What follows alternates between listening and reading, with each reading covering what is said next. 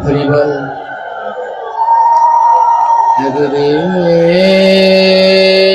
নৈমিষারণ্যবনে সুখদেব গোস্বামী আমার বসিয়া আছেন শ্রোতাসনে বসিয়া আছেন কত জ্ঞানী গুণী ৬০,০০০ বসিয়া আছে ঋষিয়ার এক এক করে শ্লোক সুখদেবে করেছেন আলোচনা যাহা হইতে ঘটে জীব সকল যন্ত্রণা তারি মধ্যে একই শ্লোক করিব বর্ণন সবে মিলে ভক্তবৃন্দ শ্রবণ করুন হয়ে এক মন ভাগবত কথামৃত পরমা মধুর যে জন করে শ্রবণ শিবর চতুর ভাগবত কথামৃত যার কারণে যাই পুনরায় তার নাহি আর জন্ম হয় ভাগবত কথামৃত যে করে কীর্তন তাহার চরণে করি সহস্র প্রণাম যে বদ্ধ সাবনিগাদিতা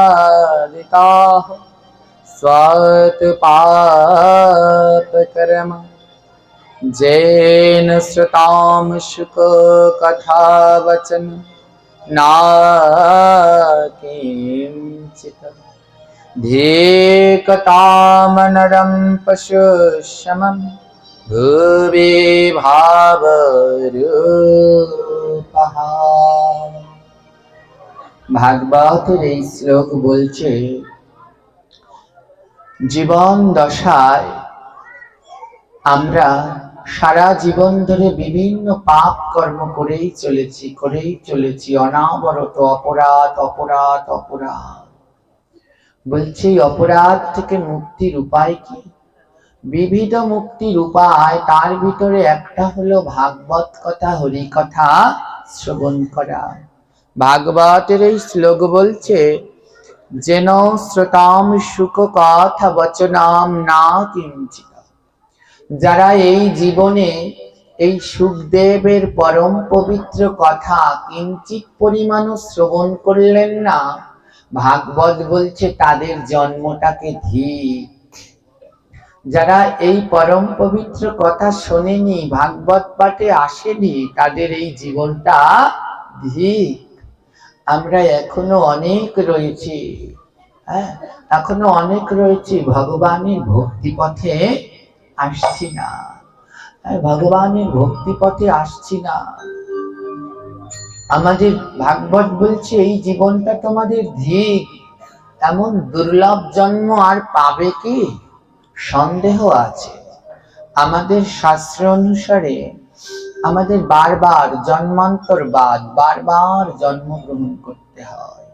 এই মানব জন্মটাকে পেতে হলে ৮৪ লক্ষ যোনি ভেদ করতে হয়, ৮৪ লক্ষ মায়ের গর্ভে আমাদের আসতে হয়। তাই শাস্ত্র কি বলছে? ৮৪ লক্ষ যোনি করিয়া বহু ভাগ্যের ফলে হয় এ মনুষ্য জীবন।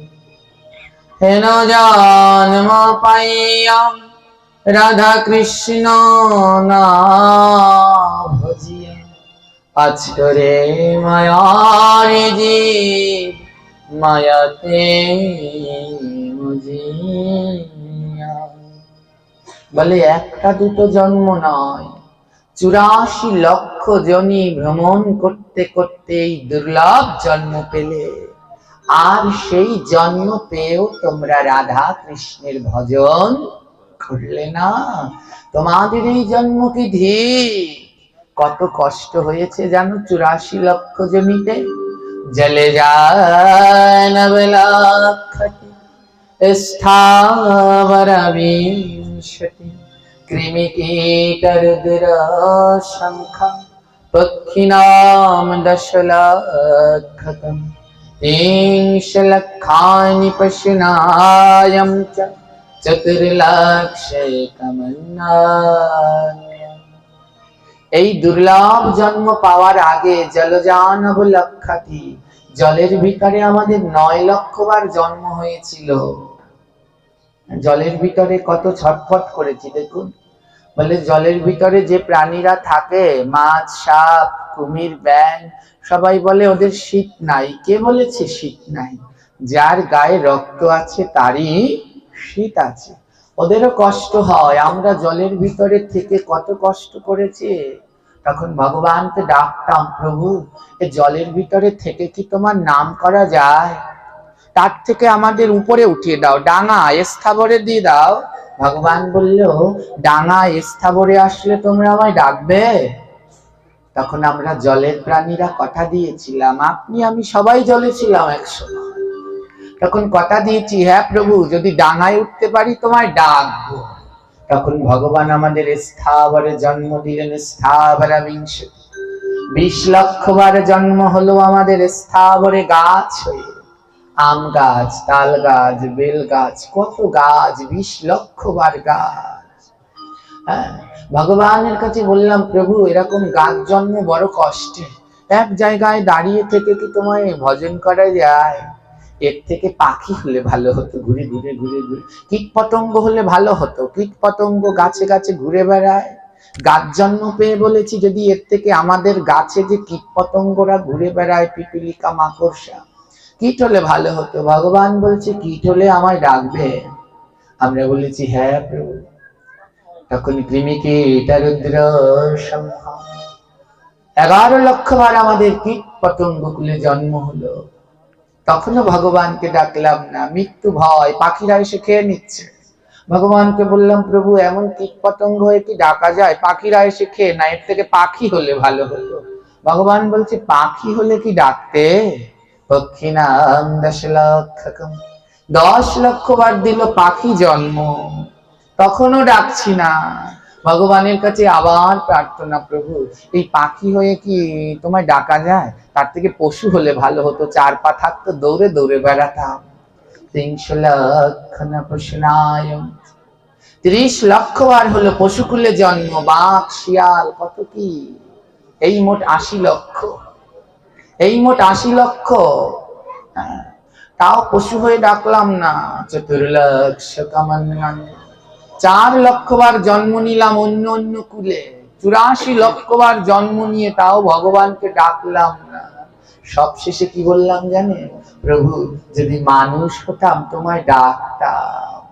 ভগবান বলে, এই মনুষ্য কুলে জন্ম নিলে আমায় ডাকবি তোরা? কথা দিয়ে বলে, হ্যাঁ ভগবানকে সেদিন কথা দিয়ে এসেছিলাম, মনুষ্য কুলে জন্মগ্রহণ করে ডাকবো, কিন্তু জন্ম ঠিকই নিয়েছি, ডাকায় আর হলো না। এই ভাগবত বলছে, এই জন্মটা ধিক। তোমরা এই জন্ম পেয়েও ভগবানকে ডাকলে না। এই দুর্লভ জন্ম পেয়েও ভগবানকে ডাকছো না। এর জন্য নরোত্তম ঠাকুর মহাশয় কি বলছে জানেন? বৈষ্ণব দুয়ারে যদি হইতাম কুকুর, এটো দিয়া তারাইত বৈষ্ণব ঠাকুর। বলে গোবিন্দ, যেই জন্ম পেয়ে ভগবানের প্রসাদ পাওয়া যায় না, ও জন্ম পেয়ে লাভ কি? ও মানুষ হয়ে লাভ নেই। যেই মানুষ হলাম কিন্তু গোবিন্দের প্রসাদ পেলাম না, অখাদ্য কুখাদ্য খেলাম, লাগবে না, ও জন্ম চাই না। তার থেকে তুমি মানুষ না করে কুকুর বানিয়ে দিও। তবে হে গোবিন্দ, আমি যেন রাস্তার কুকুর না হই, আমি যেন বড় লোকের বাড়ির পালা শিকলের কুকুর না হই। আমাকে তুমি বৈষ্ণবের দুয়ারে কুকুর করে দিও।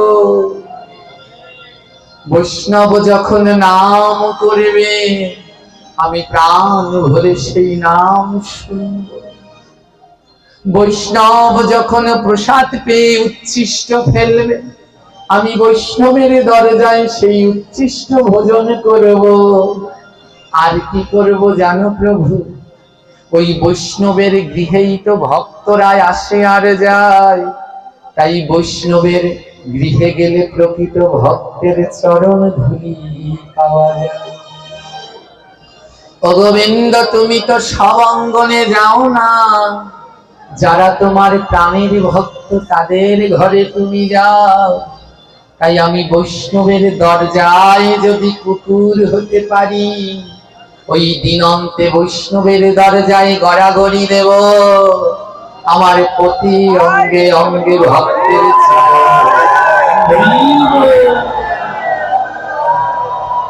তাই বৈষ্ণবের চরণ ধুলি তাহে মোর স্নান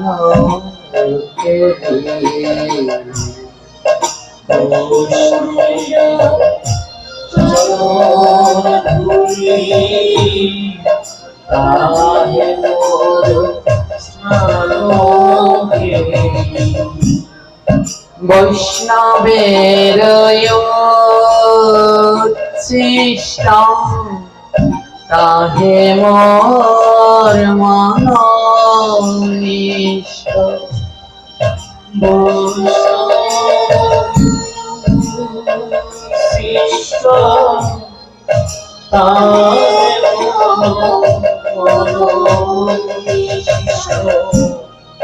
বৈষ্ণবের নামে প্রেম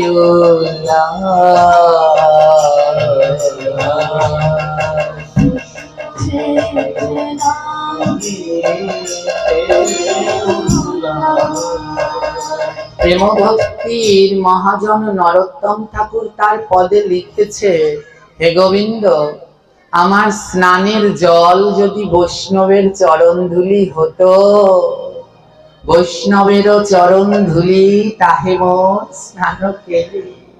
ওই বৈষ্ণবের চরণ ধুলি দিয়ে যদি আমি স্নান করতে পারতাম, তাহলে আমার প্রত্যেক অঙ্গে অঙ্গে এক অঙ্গ বাদ যেত না, সর্ব অঙ্গে বৈষ্ণবের চরণ ধুলি লাগতো। আর বৈষ্ণবেরও উচ্ছিষ্ট তাহে মোর মনোনিষ্ঠ। আমি অন্য কিছু চাই না, আমার মনের অভিষ্ট হলো আমি প্রতিদিন যেন বৈষ্ণবের উচ্ছিষ্ট সেবা করতে পারি।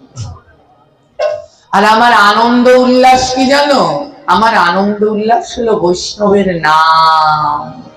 যখন শুনবো আমার এলাকায় বৈষ্ণব আসছে, শুদ্ধ ভক্ত আসছে, সেই সময় আমার মন যেন আনন্দে নাচে। আবার দর্শন পাবো, আবার ভক্ত এসেছে, আবার আমার কৃপা হয়েছে, এই যেন মোর হয় আনন্দ।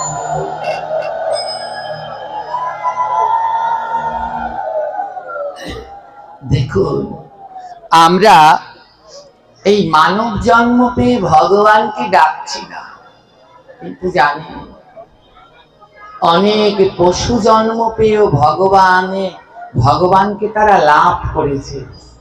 এই পঞ্চতত্ত্বের কীর্তন হলো না, তার ভিতরে দেখবেন যে দুটো লাইন আছে না, পঞ্চপুত্র সঙ্গে ভজে রায় ভবানন্দ, আর তিনপুত্র সঙ্গে নাচে সেন শিবা। ওর কাটান গুলো দেখেছেন? ওর কাটানে বলছি শিবানন্দের কি আনন্দ, তার কুকুরে কয় কৃষ্ণ কথা। শিবানন্দ সেন একটা কুকুর পালতো, সে কথা বলতে পারত, কুকুরে কথা বলতো, কৃষ্ণ কথা, ভাগবত কথা বলতো, কুকুর হয়ে সে পেয়ে গেল। কত পশু এমন আছে তারা পশুকুলে জন্মগ্রহণ করে কৃপা লাভ করল। নবদ্বীপে গেলে দেখবেন বড়াল ঘাটে রাধারমন দাসের, রাধারমন গণের ওই বড় বাবাজির মন্দির আছে, ওখানে দেখবেন একটা মন্দির আছে কুকুরের বৈষ্ণব সেবা মন্দির। একটা কুকুর ছিল যাকে বড় বাবাজি ভক্ত মা বলে ডাকতো, সেও উদ্ধার হয়ে গেল, কুকুর কুলে জন্মগ্রহণ করে উদ্ধার হলো, বৈকুণ্ঠের রথ আসে। আর আমরা মানব হয়েও পারলাম না, ঠিক নাই জন্মকে।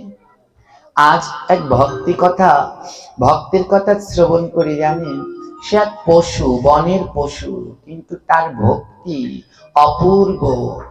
আজও ভক্তরা তার ভক্তির কথা মনে করে। সেটা একটা গজ, হাতি, এক হাতি। সেই হাতিটা হলো কে? বন্য হাতি। বিশ্বকর্মা ঠাকুরের বাহন কি?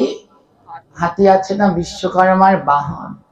এই বিশ্বকর্মা তিনি কিন্তু পরম শুদ্ধ কৃষ্ণ ভক্ত। আপনারা বিশ্বকর্মা পুজো করেন? এখানে হয় কি মাসে হয়? ভাদ্র মাসে সংক্রান্তির দিন। কিন্তু বিশ্বকর্মা পুজো কি আদৌ হয়? বিশ্বকর্মা পুজো করে, কিন্তু তার ধারে কাছারেও একটা গোবিন্দের চিত্রপট খুঁজে পাওয়া যায় না। আরে গোবিন্দের ভোগ দিয়ে, সেই প্রসাদ দিয়ে তো দিলে বিশ্বকর্মা নিবে। গোবিন্দেরই ভোগ হলো না তো কোন বিশ্বকর্মার পুজো করছো? ও বিশ্বকর্মার পুজো করলে বিশ্বকর্মার মাথার উপরে যেন আমার গোবিন্দ পঞ্চতত্ত্বের চিত্রপটটা আগে থাকে, নইলে পরে কিন্তু আর ও বিশ্বকর্মা পুজো হচ্ছে না। কারণ বিশ্বকর্মা ছিলেন গোবিন্দের পরম শুদ্ধ ভক্ত। বিশ্বকর্মা তিনি তার নাম বিশ্বকর্মা কেন জানেন? সে সারাদিন কাজ করতে থাকে, কোনো থামাথামি নেই, দিন রাত সব সময় সে কাজ করে। তার বাহনটা হলো হাতি। এই যে হাতি, এই হাতিটা পরম ভক্ত ছিল, ভক্ত, পরম ভক্ত। এত ভক্ত সে বলে শেষ করা যাবে না। কিন্তু হাতিটার মনে বড় দুঃখ। কি দুঃখ? হাতি সাধু সঙ্গ করতে পারে না। হাতি শুদ্ধ ভক্ত, পশুকুলে জন্ম, কিন্তু তার চিন্তা সে সাধু সঙ্গ করতে পারে না। কেন পারে না? কারণ বিশ্বকর্মা সারাদিন তার পিঠের উপরে বসে আছে। তার বাহন তো বিশ্বকর্মা পিঠের উপরে বসে আছে, তো তাই হাতিটা সাধু সঙ্গ করতে পারে না। বুঝতে পারলে? পিঠের উপরে কিছু থাকলে তাকে বলে বোঝা। কি বলে? বোঝা বলে। আমি সাধারণত এই একদিন দুদিনের পাঠ করি না, আমি 5 দিন 7 দিন এই পাঠগুলো বেশি করি, 7 দিনের বেশি পাঠ করি। তো যখন এইসব এলাকায় আসলে এরকম একদিন দুদিন আসি, আর আমাদের ওই দক্ষিণ অঞ্চলে বেশিরভাগ 7 দিন 5 দিনেরই প্রোগ্রাম থাকে, তখন এই বিশ্বকর্মা কি করলেন জানেন তো? ওই পিঠের উপরে বোঝা, তো হাতিটার পিঠের উপরে বোঝা, তাই সে সাধু সঙ্গে যেতে পারছে না। আমরা যখন এই 5 দিন 7 দিন ধরে পাঠ করি, ভক্তদের দেখতে দেখতে মুখস্থ হয়ে যায়। যারা রেগুলার পাঠ শুনতে আসে, কেউ না আসলে বলতে পারি যে এ তো কালকে আসেনি। জিজ্ঞেস করি, মাগো পাঠ শুনতে আসেননি কেন? বলছে, বাবা ঘরে বড় মেয়ে আছে, ঘরে একা রেখে কেমন করে আসি, পিঠের উপরে বোঝা, বোঝা থাকলে সাধু সঙ্গে যাওয়া। কি গো পাঠ শুনতে আসেননি কেন? কালকে যারা যারা আসেনি হাটবার ছিল, হাটবার আসতে পারিনি, দোকানটা সামলে তার তো আসতে হবে। পিঠের উপরে বোঝা, বোঝা থাকলে সাধু সঙ্গে যাওয়া যায় না। যতক্ষণ ওই যাওয়া যায়, কিন্তু টান থাকে শুধু বোঝার দিকে। যেদিন ওই পিঠ থেকে বোঝাটা নেমে যায়, সেদিন আর কোনো চিন্তা নেই, সেদিন নির্দ্বিধায় সাধু সঙ্গ করা। হাতিটা প্রতিদিন গোবিন্দের কাছে কেঁদে কেঁদে বলে, ও প্রভু এমন একটা জন্ম দিলে, পশুকুলে জন্মেছি, তাতে কি, তোমায় তো চিনতে পেরেছি, কিন্তু বড় দুঃখ জানো প্রভু, আমি সাধু সঙ্গ করতে পারি না। সারাদিন আমাকে এই বিশ্বকর্মার, এই দেবতার কাজ করতে হয়। এই কাজ করতে করতে আমার বেলা যে ফুরিয়ে যাচ্ছে, আমার যে আর ভক্ত সঙ্গ করা হলো না। আমার যার ভক্ত সঙ্গ করা হলো না, হাতিটা প্রতিদিন কেঁদে কেঁদে ভগবানের কাছে বলে, বলে কবে হবে ভক্তের সঙ্গ, কবে ভক্তের সঙ্গ, আমার কবে হবে ভক্ত সঙ্গ,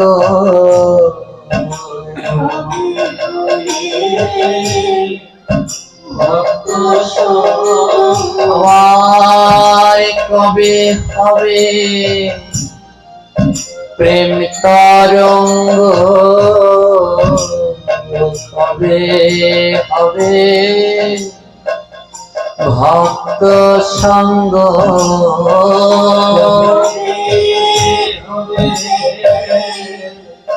প্রেম তরঙ্গ, কবে হবে ভক্ত সঙ্গ, আমি কবে সাধু হাটে যাব, কবে সাধু হাটে যাব, আর বেচা কেনা করে নেব, তবে সাধু হাটে যাব,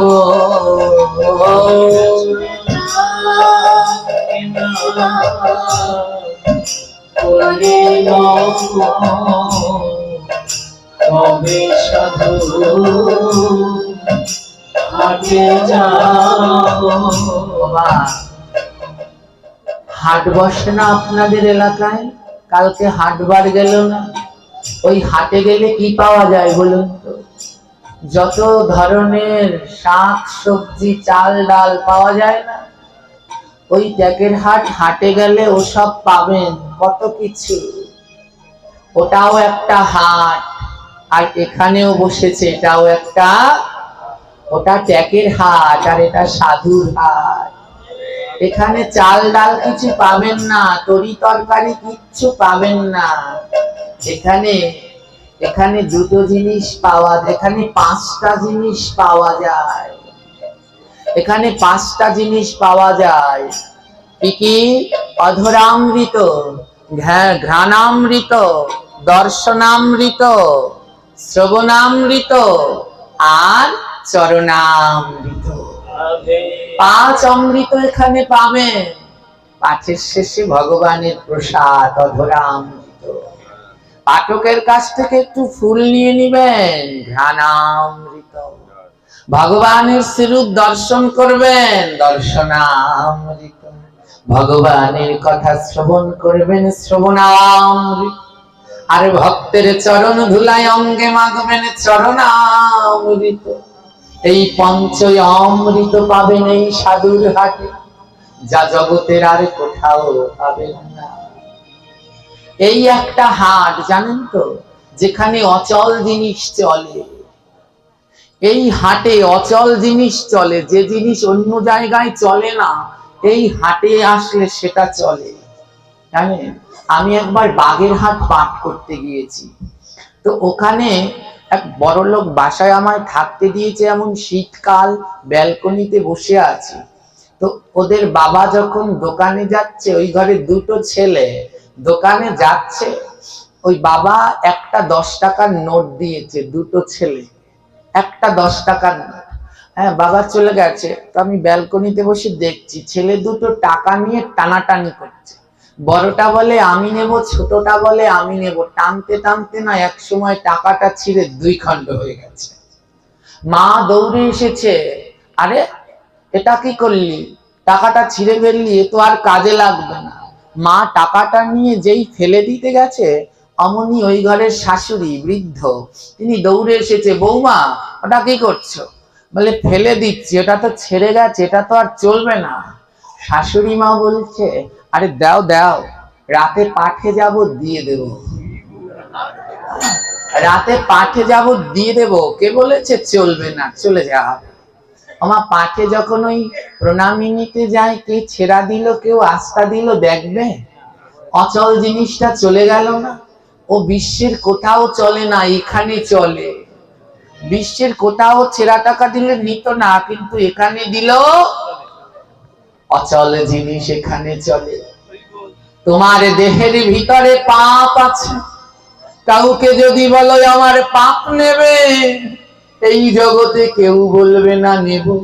কিন্তু সাধু সঙ্গে যদি আসো, বৈষ্ণবকে যদি বুকের মাঝে জড়িয়ে ধরো, তোমার জন্মে জন্মের সব পাপ গুলো চলে যায়। যতই অচল জিনিস এই সাধুর হাতে চলে যায় রে, সাধুর হাতে চলে যায় রে। ওই জন্মে জন্মে যত পাপ এই সাধুর হাতে চলে যায় রে। জন্মে জন্মে যত পাপ চলে যায় রে। আমার কবে হবে সাধু সঙ্গ, কবে হবে সাধু সঙ্গ, আমার মনে জাগবে প্রেম তরঙ্গ। আমার কবে হবে সাধু সঙ্গ, আমার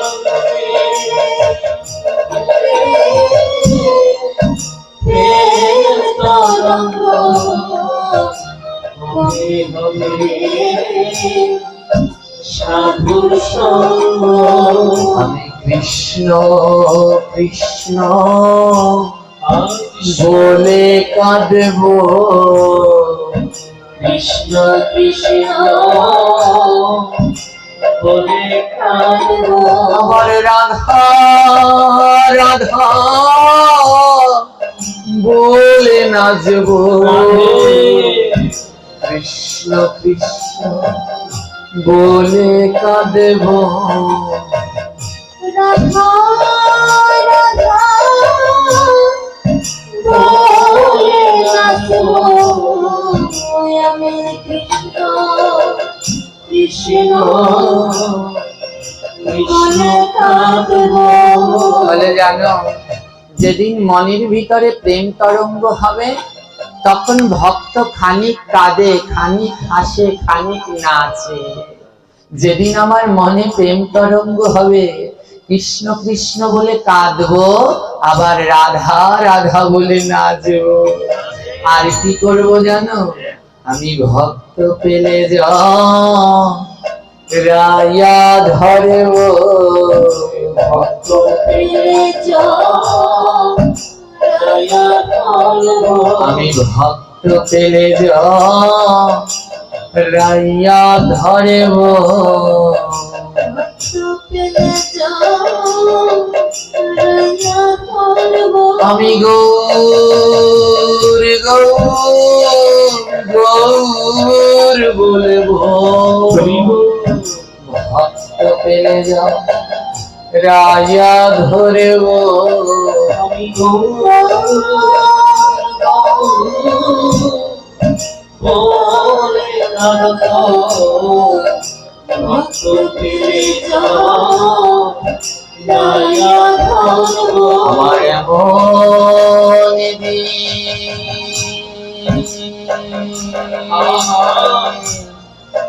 কবে হবে আমার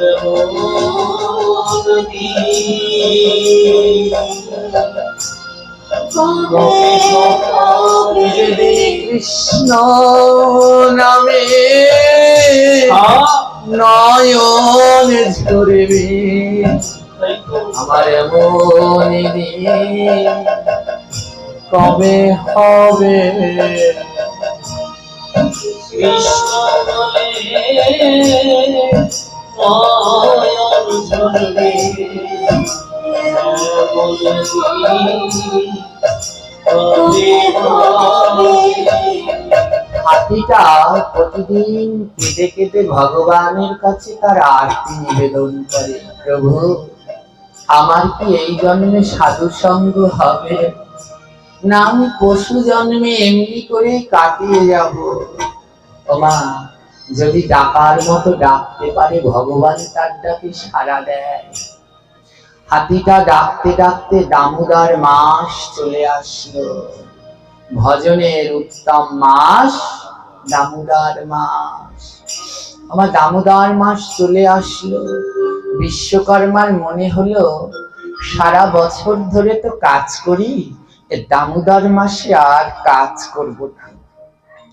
12 মাস তো কাজ করি আমি, এই দামোদর মাসটায় আমি ভজন করব।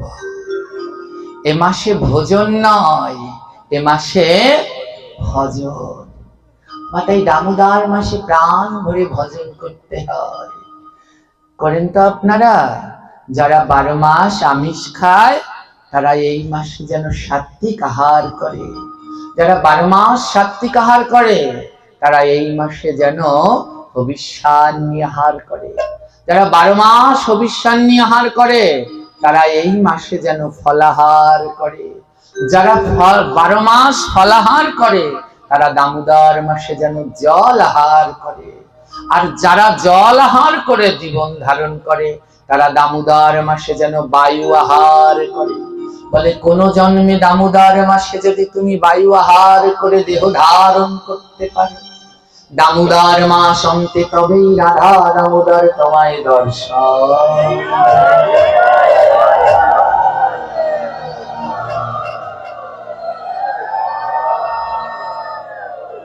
তাই দাম উদার, দাম মানে বাধা, উদার মানে পেট। এই মাসে পেটটাকে বাঁধতে হয়, লোকটাকে বাঁধতে হয়। যে যত পারো আগাও, ধীরে ধীরে আগাও। হ্যাঁ, কি হলো জানেন? বিশ্বকর্মার মনে হলো না এই মাসটা ভজনের মাস। দেখুন আমাদের পার্শ্ববর্তী ইসলাম ধর্মে তাদের রমজান মাস আছে না? আছে কিনা বলুন? তখন যেই রোজা হয় তখন তারা সবাই তারাফির নামাজ পড়তে যায় না? দোকান খোলা থাকে?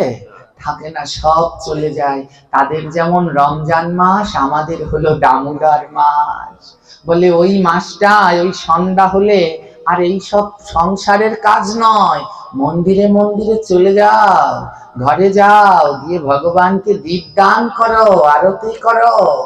হ্যাঁ, ওটা ভজন করে কাটা। ওই একটা মাস বড় মূল্যবান, বড় পরম পবিত্র ভজনের মাস। বিশ্বকর্মা বলছে না, অনেক তো কাজ করেছি, এই মাসটায় আর কাজ করব না। বিশ্বকর্মা বলে হাতি আমাকে তোমার পিঠ থেকে নামিয়ে দাও।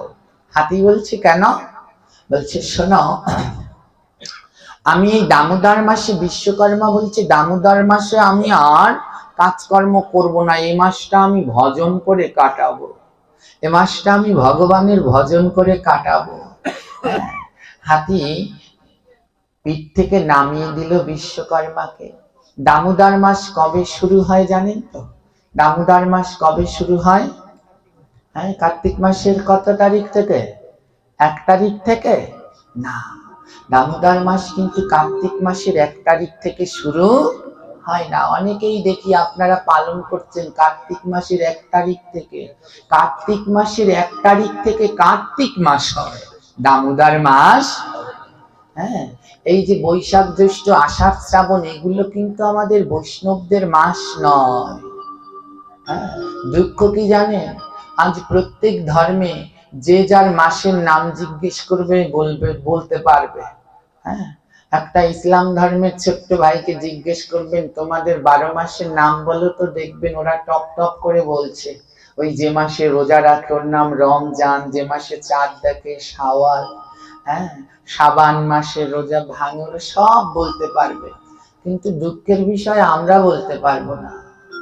আমরা সনাতনীরা আমাদের 12 মাসের নাম এখনো জানি না। 12 মাসের নাম বললেই বৈশাখ জ্যৈষ্ঠ বলে, ওটা বৈষ্ণবদের মাস নয়, ওটা আমাদের নয়, ওটা বাঙালিদের 12 মাসের নাম। বৈশাখ জ্যৈষ্ঠটা বাঙালিদের 12 মাসের নাম, সনাতনীদের নয়। হ্যাঁ, আমরা দেখুন অন্য ধর্মের মাসের নাম মুখস্থ করে আছি, খ্রিস্টানদের 12 মাসের নাম সবার জানা। ওই জানুয়ারি ফেব্রুয়ারি ওটা খ্রিস্টানদের 12 মাস, ও সবাই বলতে পারবো, কিন্তু নিজের ধর্মের নাম বলতে পারছি না।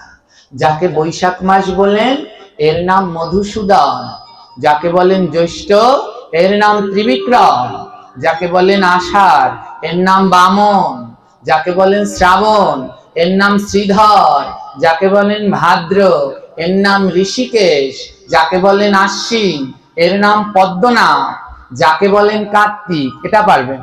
কার্তিককে কি বলতে হয়? জোরে বলো। কার্তিক বাঙালিদের মাস, দামোদর আমাদের মাস। হ্যাঁ, কার্তিক, তারপরে কি মাস? অগ্রহায়ণ, এর নাম কেশব, তারপরে পৌষ, তার নাম নারায়ণ, তারপরে এর নাম মাধব, মাঘের নাম মাধব, তারপরে ফাল্গুন এর নাম গোবিন্দ, আর তারপরে চৈত্র এর নাম হলো বিষ্ণু। সবার উচিত আমাদের 12 মাসের নামটা মুখস্থ করা। কি করলাম এ জীবনে, আসলাম, খেলাম, চলে গেলাম না। আমার মা একটা কথা বলে, পাইলাম থালে দিলাম গালে, পাপ পুণ্য নাই কোনো কালে। ওই পেলাম আর খেলাম, পুণ্য আর খোঁজ করা হলো না। দামোদর মাস শুরু হয় দুর্গা পুজোর পরে যে একাদশী, ওই দিন থেকে পাশাঙ্কুশা একাদশী থেকে উত্থান একাদশী পর্যন্ত এই 1 মাসকে বলা হয় দামোদর মাস। আবার অনেকে পূর্ণিমা থেকে পালন করে, দুটো ভাবেই করা যায়। তো পূর্ণিমা থেকেও করতে পারেন, ওই লক্ষ্মী পূজার পূর্ণিমা থেকে একেবারে রাস পূর্ণিমা পর্যন্ত এই 1 মাসকেও আবার দামোদর ব্রত পালন করতে পারে। তো ওই হাতিকে যেদিনকে বিশ্বকর্মা পিঠ থেকে নামিয়ে দিয়েছে না, সেই দিনটা ছিল হলো একাদশী, একাদশীর আগের দিন। হ্যাঁ, একাদশী থেকে পূর্ণিমা পর্যন্ত কয়দিন সময়? একাদশী থেকে পূর্ণিমা, হ্যাঁ, 5 দিন। তো মনে রাখবেন, খুব মন দিয়ে দেখুন, 5 দিনে ভগবানের কৃপা লাভ। একাদশীর আগের দিন বিশ্বকর্মা হাতিকে বলছে, হাতি আমায় পিঠ থেকে নামিয়ে দাও। হাতি বলছে, কেন প্রভু? বিশ্বকর্মা বলছে, এই মাসটা তো ভজনের মাস, তাই আমি দামোদর মাসে ভজন করব, এই মাসে আর কর্ম করব না। হাতির মনে যে কি আনন্দ, হাতির আনন্দ আর ধরে না। হাতি বলছে, ও ঠাকুর, বিশ্বকর্মাকে বলছে, ও ঠাকুর, আমাকে 5টা দিন সময় দেবে, আমাকে 5টা দিন ছুটি দেবে, ছুটি। ওই হাতিটা যেমন বিশ্বকর্মার বাড়িতে কাজ করে, আমরাও তো এক একজন আর কাজ করে চলেছি, তাই না? সাধু সঙ্গে যেতে হলে আমাদের ছুটি আনতে হয়। আজ হাতিটা বলছে বিশ্বকর্মাকে, ঠাকুর আমার 5টা দিনের ছুটি দেবে। বিশ্বকর্মা বলে, কি করবে? হাতি বলছে, ঠাকুর আমি একটু সাধু সঙ্গ করব, আমি একটু সাধু সঙ্গ করব। বিশ্বকর্মা বলছে, যা হাতি, তোকে 5 দিনের ছুটি দিলাম, যা তুই সাধু সঙ্গ করবি, যা করবি কর গিয়ে, কিন্তু 5 দিন পরে আবার জানি আমার কাছে ফিরে আসিস। হাতি বলে, বেশ। হাতি আর দেরি করলেন না, বিশ্বকর্মা স্বর্গের দেবতা, হাতিটা স্বর্গের ভিতরে ঘুরতে লাগলেন, কোথায় সাধু সঙ্গ, কোথায় সাধু সঙ্গ। ঘুরতে ঘুরতে হাতিটা চলে গেলেন, দেখে এক জায়গায় রাস্তার পাশে স্বর্গে ভাগবত পাঠ হচ্ছে, সাধু কথা হরি কথা হচ্ছে। হাতিটা কি করলেন, ওখানে গিয়ে লুটিয়ে বসে পড়লেন হরি কথা শ্রবণের জন্য। একটা বনের পশু, সেও লুকিয়ে বসে পড়েছে হরি কথা শ্রবণের জন্য। কিন্তু আমরা মানুষ হয়েও ভাগবতে আসতে চাই না গো, কিছুতেই চাই না। আজ লুটিয়ে পড়ে হরি কথা শ্রবণ করছে বনের হাতি। ভাগবত যিনি আলোচনা করছেন তিনি বলছেন, দুর্লভ এই জন্ম সফল করো ভাই, মুখে রাধে রাধে গোবিন্দ বলে গাই।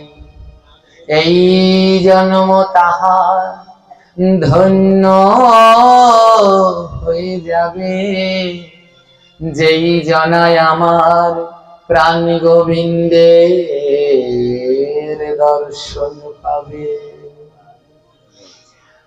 পাঠককর্তা বলছেন এই জন্ম তার ধন্য হয়ে যাবে, যেই জনা আমার প্রাণ গোবিন্দের দর্শন পাবে। এই কথাটা বলে যখন হাতিটা শুনছে, হাতি বলছে তাই আমার এই পশু জন্ম ধন্য হবে যদি আমি গোবিন্দের দর্শন পাই। হাতিটা না যেই পাঠ শেষ হয়ে গেছে, ছুটতে ছুটতে ওই পাঠের মধ্যেই যেই শুনেছে এই জন্ম ধন্য হবে যদি গোবিন্দের দর্শন পাই, হাতিটা ছুটতে ছুটতে ও পাঠককর্তার কাছে গিয়ে জিজ্ঞেস করছে, ও পাঠককর্তা, গোবিন্দের দর্শন কি করে পাওয়া যায়? গোবিন্দ কোথায় আছে? গোবিন্দ কোথায় আছে? তো পাঠক, ওটা তো স্বর্গে। তো পাঠক বলছে, শোনো হাতি, গোবিন্দ তো বৈকুণ্ঠে থাকে, এটা তো স্বর্গ, আর গোবিন্দ থাকে বৈকুণ্ঠে। তুমি যদি বৈকুণ্ঠে যেতে পারো তাহলে গোবিন্দের দর্শন পেতে পারো। বলে বৈকুণ্ঠে কি করে যাওয়া যায়? বৈকুণ্ঠে কি করে যাওয়া যায়? পাঠক ঠাকুর বলছে, ভক্তের কৃপা না হলে কি আর বৈকুণ্ঠে যাওয়া যায়? আদৌ কি ভগবান বৈকুণ্ঠে থাকে? আদৌ ভগবান বৈকুণ্ঠে থাকেন মা? হ্যাঁ, নারদ জিজ্ঞেস করেছিলেন ভগবানকে, ভগবান তুমি কোথায় থাকো? তদ উত্তরে গোবিন্দ বলেছিলেন, নাহং বসামি বৈকুণ্ঠে যোগিনাম হৃদয়েন চ মাদ ভক্ত যত্র গায়ন্তি তত্র তিষ্ঠাপি নারদ। ভগবান বলছে, হে নারদ, নহম বসামি বৈকুণ্ঠে, আমি বৈকুণ্ঠে বাস করি না। যোগিনাম হৃদয়েন চ, আমি যোগীর হৃদয়েও থাকি না। বলে কোথায় থাকো?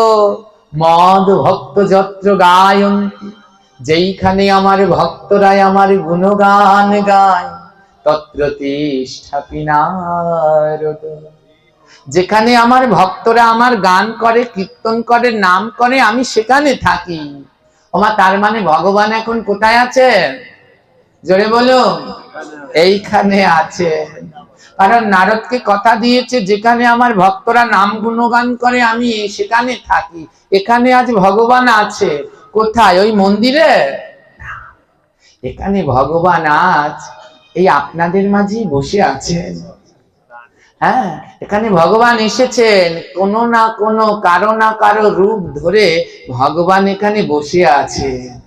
জানি না সেই কে ভাগ্যবান যার পাশে ভগবান বসে আছে।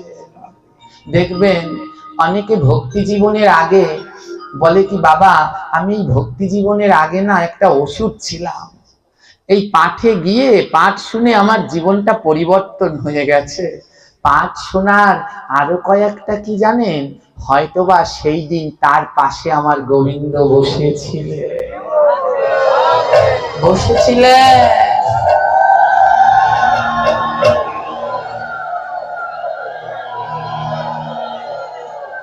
তাই তো জীবনটার পরিবর্তন হয়ে গেল। আজও এখানে তার ভাগ্য ভালো, যার পাশে আমার গোবিন্দ বসে আছেন কোনো না কোনো রূপ ধরে। তাই বলছে কি জানো, সাধু সঙ্গে যাইয়া ভাই করিও না হেলা, বৈষ্ণবের চরণ ধুলা নিতে যেন না ফুরাই বেলা। বলে সাধু সঙ্গে যে কাউকে যেন হেলা করো না, হেলা করতে করতে কে জানে তোমার বেলাটাই হয়তো ফুরিয়ে যাবে। ভগবান কোন রূপে এসেছে কেউ বলতে পারি না। তাই যাকে পাও তাকে জড়িয়ে ধরে কৃষ্ণ কৃষ্ণ কও, তার চরণ ধুলা অনাবরত মেখে যাও। একদিন না একদিন পরশ পাথরের ছোঁয়া লাগবে।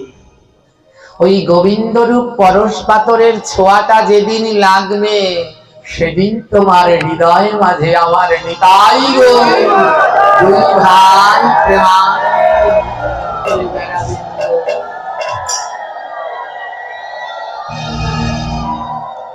আজ হাতি জিজ্ঞেস করছে নগো ভক্ত, বৈকুণ্ঠে যেতে হলে কি লাগে? বৈকুণ্ঠে যেতে হলে কি লাগে? ভক্ত বলছে জানো হাতি, বৈকুণ্ঠে যেতে হলে কি লাগে? বলে সাধু ভক্তে কৃপা লাগে, সাধু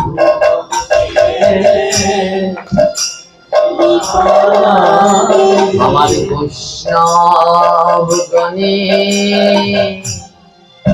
কৃপা লাগে।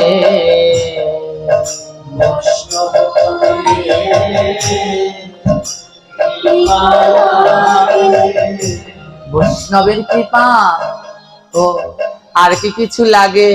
হ্যাঁ, আরো একটা জিনিস লাগে। বলে কি লাগে? ভক্তবৃন্দে চরণে লাগে,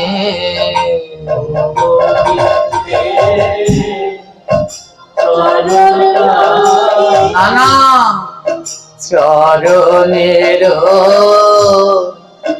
ধুলি লাগে,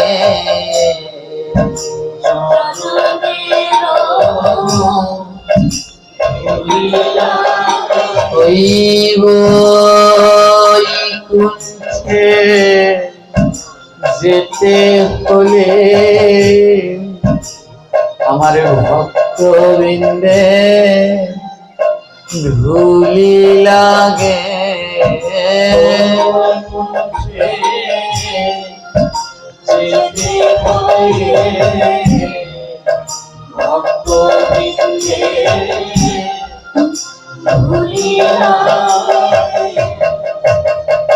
ভক্তের ধুলি পেলে বৈকুণ্ঠে যাওয়া যায়?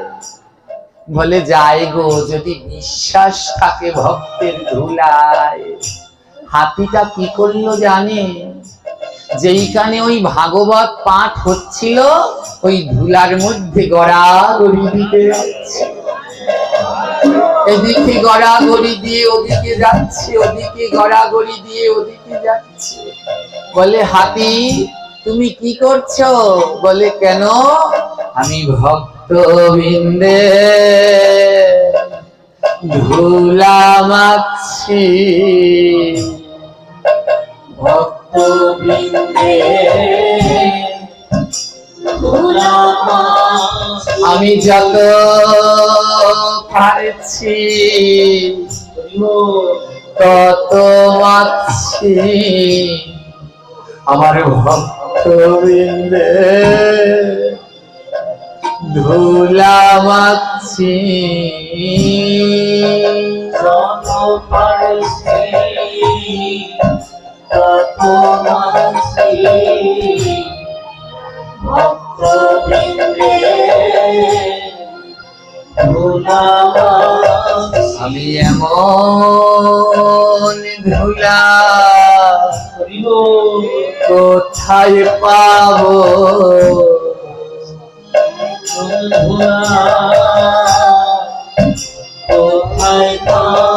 তোমরা দাও দাও আমায় চরণ ধুলা, আমি এমন ধুলা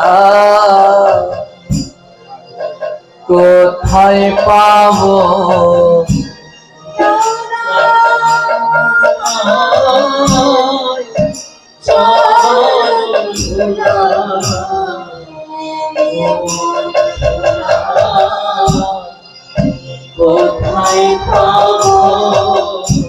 আজ হাতিটা ভক্তবৃন্দের ধুলা মাখছে, আর তা দেখে সব ভক্তরা কাঁদছে। হায় রে হাতি, তোর মনে এমন ভক্তি, কিন্তু আমরা স্বর্গের দেবতা হয়েও হলো না।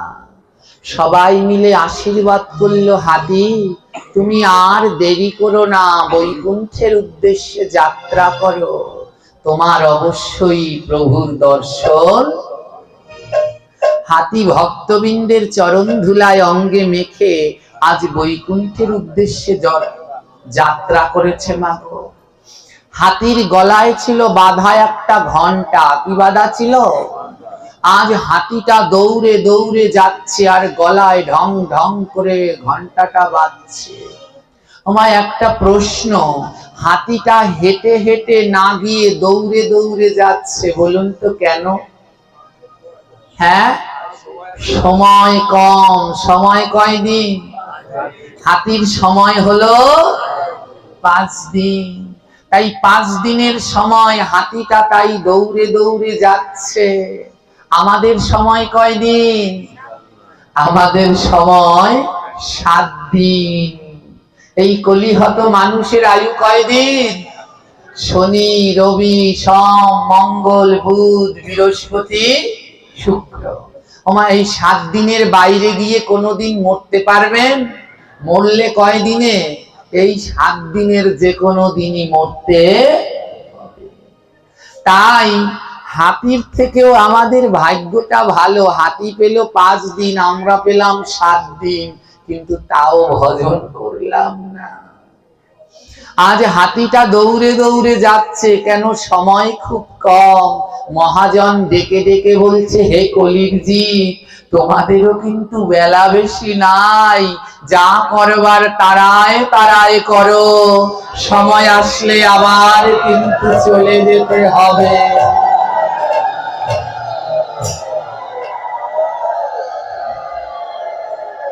হাতিটা দৌড়ে দৌড়ে যাচ্ছে।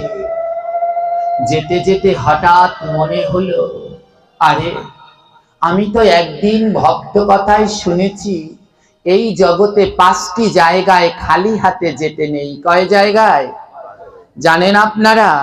এই জগতে 5 জায়গায় কোনো সময় খালি হাতে যাবেন না। কোথায় কোথায়? জন্ম, মৃত, গুরু, দেব। কেউ জন্মালে কোনো সময় খালি হাতে যেতে নেই, নবজাতকের মুখ দেখে কিছু দিতে হয়। কেউ মারা গেলে কোনো সময় খালি হাতে যেতে নেই। হ্যাঁ, 1 টুকরো তুলসী কাষ্ঠ অন্তত সঙ্গে করে নিয়ে যাবেন, গিয়ে শ্মশানে দেবেন। আর গুরুদেব, গুরুদেবের কাছে, গুরুদেবকে দর্শন করতে গেলে কোনোদিন খালি হাতে যেতে নেই। বৈষ্ণব ভাগবত, বৈষ্ণব সেবায় গেলে, বৈষ্ণব দর্শন করতে গেলে কোনো সময় খালি হাতে যেতে নেই। আর হলো কি? ভাগবত। আরো 7 জায়গায়। আর হলো শিক্ষক এবং ডক্টর। শিক্ষকের কাছেও কোনো সময় খালি হাতে যেতে নেই, ডক্টরের কাছেও কোনো সময় খালি হাতে যেতে নেই। এই 7 জায়গায় কোনো সময় খালি হাতে যেতে নেই, কিছু না কিছু নিতে হয়। তার ভিতরে একটা হলো ভাগবত বা ভগবানের কাছে আসা। ভাগবত বা ভগবানের কাছে আসলে কোনো সময় খালি হাতে আসতে নেই। হ্যাঁ, কি নিয়ে আসতে হয়? আমার ভাগবত পাঠে আসলে সব সময় একটা ফল যদি থাকে নিয়ে আসবেন। ফল না থাকলে একটা ফুল সঙ্গে করে নিয়ে আসে, প্রণাম করে দিবেন। আর না হলে একটা তুলসী পাতা। অবশ্যই ভাগবতে আসলে 1-2 তুলসী পাতা নিয়ে এসে ভগবানকে দেবেন। আপনাদের এই এলাকায় অনেক ভাগবত হয়, কিন্তু এখনো অনেক কিছু আছে যেগুলো আপনাদের শেখা হলো না। যেমন কালকে ভাগবত পাঠের পরে অনেকজন এসে বলছে, বাবা আমার একটু চরণামৃত দাও। হ্যাঁ, চরণামৃত মানে আমি বুঝতে পারলাম চরণামৃত। কি বললো? চরণামৃত, তাকে বলছে চরণামৃত। চরণামৃত মানে কি হচ্ছে? চরণামৃত। হ্যাঁ, তো এই পাঠ হলে কি করে আমাদের বিভিন্ন পাঠকরা, হ্যাঁ, এই যে এটাকে কি বলে? এটার নাম কি? জোরে বলো। আসমন পাত্র বা পঞ্চপাত্র। এটার ভিতরে জল নিয়ে কি করে? দেহটাকে শুদ্ধ করে, আসমন করে। হ্যাঁ, এটা দিয়ে নিয়ম করে জল নিয়ে নিয়ে দেহটা শুদ্ধ করে, আসমন করে। প্রত্যেক ধর্মেই এর নিয়ম আছে। যেমন ইসলাম ধর্মে নামাজ পড়ার আগে ওযু করে, আমাদের ধর্মেও যে কোনো কার্য করার আগে আসমন করে। তো এই আসমন করে, মন দিয়ে শুনবেন। এই যে কালকে আপনারা অনেক কয়জন এসেছেন, এসে বলছেন বাবা চরণামৃত দাও। হ্যাঁ, চরণামৃত বললেও তো একটা হতো চন্নামৃত, চন্নামৃতই তো বলছে দাও, তো আমি তো দেইনি। হ্যাঁ, ওই একটু দূরে গিয়ে বলছে কি গোসাই একটু চরণামৃত চেলাম, তাও দিলে না। আমার কানগুলো হলো কিসের মতো কে জানে, সব শুনি। হ্যাঁ, ওই পাশে গিয়ে বলছে, ওই বাবাজি বলছে কি একটু চরণামৃত চেলাম, দিল না। কেন দিলাম না জানো? এটা কি চরণামৃত? চরণামৃত কাকে বলে? দুধ, দধি, ঘি, মধু, শর্করা, এই 5 জিনিসকে একসাথে মিশালে হয় পঞ্চামৃত। পঞ্চামৃত দ্বারা যখন ভগবানকে অভিষেক বা স্নান করানো হয় তাকে বলে। যদি 5 জিনিস না থাকে তখন গঙ্গা জল অগরু দিয়ে স্নান করালে পরে যা পাওয়া যায় তাকে বলে।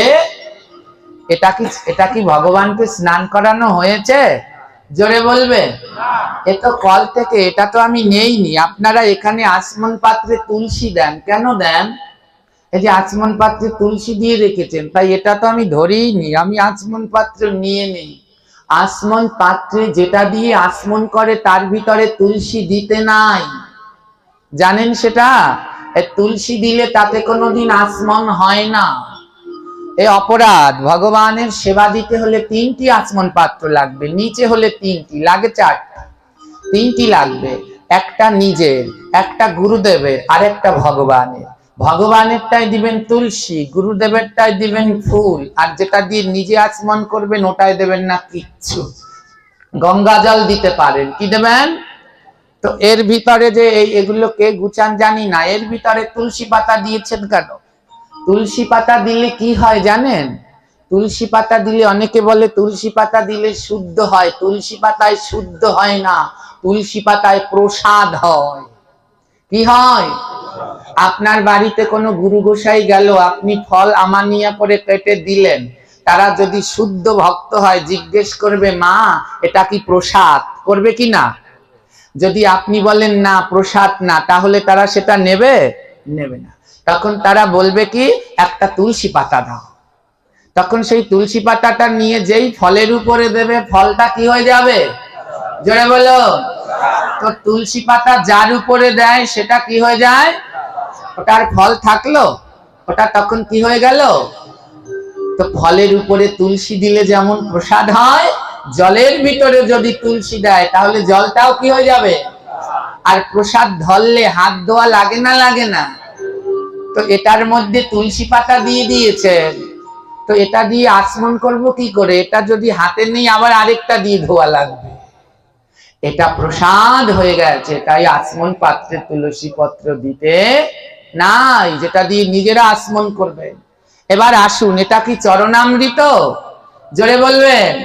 ভগবানকে স্নান করানোর পরে যা পাওয়া যায় তাকে বলে। তাহলে এটা কি চরণামৃত? তাহলে আপনারা কেন এটা খাচ্ছেন? কেন এটা খাচ্ছেন? পাঠ শেষ হলে সবাই এসে হাত পাচ্ছেন, আর আমাদের কিছু পাঠক আছে তারা চামচ ভরে ভরে দিচ্ছে, আর আপনারা সুন্দর খেয়ে আবার মাথায় মুছছেন। কি পুণ্য করলেন, যা শুনলেন ওই এটো হাত মাথায় লেগে গেল।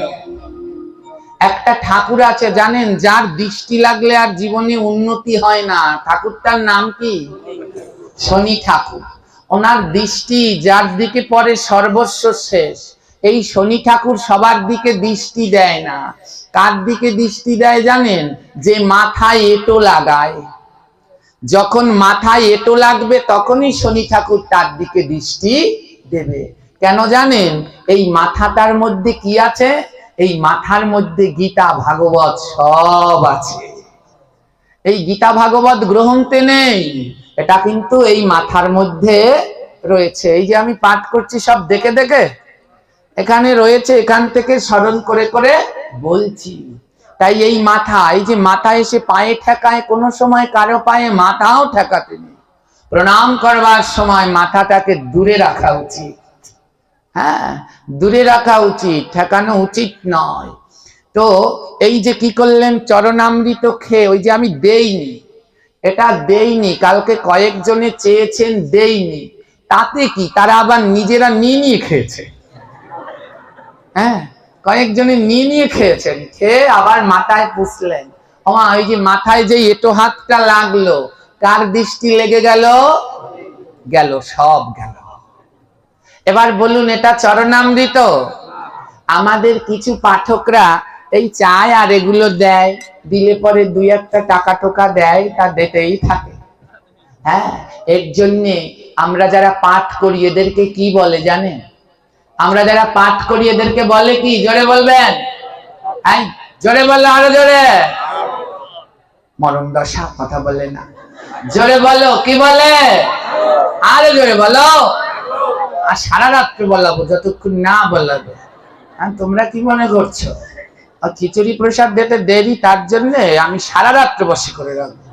এখন আমার পাওয়ার আছে এইখানে, যতক্ষণ আছে, এখান থেকে নামলে পরে আর নাই। হ্যাঁ, যারা পাঠ করি তাদেরকে কি বলে? না, ভুল বলেছো। যারা পাঠ করি তাদেরকে পাঠক বলে না, তাদেরকে বলে পাঠক। ছয়কার নেই, পয়াকারে পাঠ। কেন ভগবান নাম দিল বুঝতে পারলেন? পাঠক বললে তোমাদের নামের শেষে এমনি ঠক, আর মানুষকে ঠকিও। এ জল দিয়ে চরণামৃত বলো না, এ ঠকানোর কাজ করো। চরণামৃত এই রাত্রবেলায় কোথায় পাবেন? ও তো সকালবেলায় মন্দিরে পাওয়া যায়। পাঠে এখানে চরণামৃত কোথা থেকে আসলো? এটা চরণামৃত নয়, এর জন্য পাঠক, ঠক রয়ে গেলাম। এই অপরাধ করবেন না। যখন দেখবেন কেউ এই জল দিচ্ছে, সঙ্গে সঙ্গে যে পাঠক দিচ্ছে তাকে প্রশ্ন করবেন যে বাবাজি এটা দিচ্ছেন কেন? তো যদি বলে চরণামৃত, তো আপনারা সঙ্গে সঙ্গে বলবেন কোন ঠাকুরের চরণামৃত, কাকে অভিষেক করালেন? হ্যাঁ, আমি বলেছি, অনেককে ধরেছি। ও জারি জুড়ি আমার দ্বারে চলবে না। হ্যাঁ, আমি অনেকজনকে ধরেছি। তো বলে কি জানেন? বলে কি, শোনো বাবা, ও ভক্তি ভরে এ জল খেলেও চরণামৃত খাওয়া হয়। বলে ভক্তি ভরে এ জল খেলেও চরণামৃত খাওয়া। আমি কি বলেছি জানেন? আমি বলছি, কে আছিস, একটা বিষের বোতল নিয়ে আয়, ওনার হাতে দেব, উনি ভক্তি ভরে খাবে, দেখি ওনার ভক্তি কতখানি মিটেছে। হ্যাঁ, এত শক্তি কলিযুগে নেই। তাই চরণামৃত যেন চরণামৃতই হয়, যেন এই কল থেকে আনা এই পিওর জল যেন চরণামৃত বলে চালিয়ে দিও না। আর তোমরাও আর এই ভুলের জগতে থেকো না। ভাগবত পাঠে আসলে কি করবে? পাঠক গোসাই যে তুলসী দিল ভাগবতে, সেই তুলসী পত্র নেবে। তুলসী দেয়া হলো, সেই তুলসী পত্রটা যেটা গ্রন্থে ভাগবতে দেয়া হলো, ওই তুলসী পত্রটা নিয়ে প্রসাদ ওটা পাবে। একটা তুলসী পত্রে কি আছে জানো? একটা তুলসী পত্র হাতে নিয়ে দেখবে, ওতে লম্বা টান, আর ওর দুপাশে ছয়টা ছয়টা করে 12টা খালি ঘর আছে, 6টা শিরে আছে, এপাশে 6টা এপাশে 6টা, কটা হলো? ওই 12টা ঘরের ভিতরে কি লেখা আছে জানো? একটা বীজ মন্ত্র লেখা আছে, ওম নমঃ ভগবতে বাসু। দেখতে পেয়েছো? তুলসী পাতার ভিতরে 12 বার লেখা আছে ওম নমঃ ভগবতে। কই বলবেন বাবা আমি তো দেখি নাই। আমিও দেখি নাই। এর জন্যই লালন গান লিখেছে, এ তো দেখি কানার হাট বাজার। আমরা তো কানা, তাই তুলসী পাতার ভিতরে দেখতে পাচ্ছি না ওম নমঃ ভগবতে বাসুদেবায়। কিন্তু যাদের চোখ আছে তারা তুলসী পাতার ভিতরে দেখছে ওম নমঃ ভগবতে। কয়বার আছে? 12 বার। হ্যাঁ, আর ঘর আছে কয়টা? 12টা।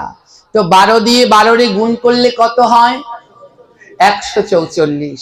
এই 144টা অক্ষর আছে একটা তুলসী পাতায়। এক একটা অক্ষরের সমান 18,000 কৃষ্ণ বলা।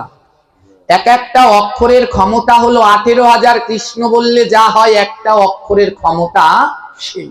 এবার 18,000 দিয়ে 144কে গুণ করুন, দেখবেন কত চলে আসবে, 2,05,92,000।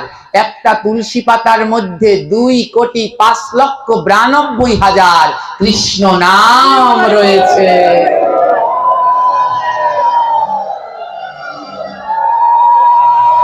তাই ভগবানের একটা চরণ তুলসী সেবা করলে ওই নামগুলো দেহের মধ্যে প্রবেশ করে। হ্যাঁ, তাই সব সময় ভাগবত পাঠে গিয়ে কি খাবেন? এই টিউবওয়েলের পিওর জল, জোরে বলে। তো কোনটা নিবেন? তুলসী পত্র, ওটা নিবেন, ওটা প্রসাদ হিসেবে সেবা করে নিবেন। এবারে এই আজকে পাঠের পরে তো সবাই এখন বলবে, পাঠ শেষ হলে, বাবা তুলসী দাও, তুলসী দাও। তো তুলসী তো আছে গোনা গোনা 4টা কি 5টা, তো কারে দেব? তুলসীর ছিটা দিলেও হবে না। হ্যাঁ, ওই গিয়েছিলাম নাঙ্গলবন্দর সেনানে, গেছেন না আপনারা? এখান থেকে অনেক যায়। গিয়ে দেখে কি ওইখানে কতগুলো গুন্ডা আছে, এরা টাকার জন্য সব করতে পারে। কি করছে? কতগুলো তুলসী গাছ নিয়ে ডালপালা ভেঙে ওই ঘাটের সামনে বসে রয়েছে, আর চুবায় আর ছিটা দেয়, চুবায় আর ছিটা দেয়। দেখুন কত বড় পাপ। আর সবাই গিয়ে মাথা পাতে, তুলসীর জল দেয়, শুদ্ধ হয়। একবারও ভাবছে না যে ও পায়ে লেগে কত বড় অপরাধ হচ্ছে। হ্যাঁ, তো এর জন্য কি করতে হয়? ভাগবত পাঠে গেলে তুলসী পাতা নিয়ে যাবেন, সবাই নিয়ে যাবেন, 2-3টে, যেন পাঠের পরে সবাই একটা একটা তুলসী পাতা নিতে পারেন। এটাই হলো ভাগবতের আসল প্রসাদ। হ্যাঁ, এটাই হলো আসল প্রসাদ, ওই তুলসীটা। হরি বল। আজ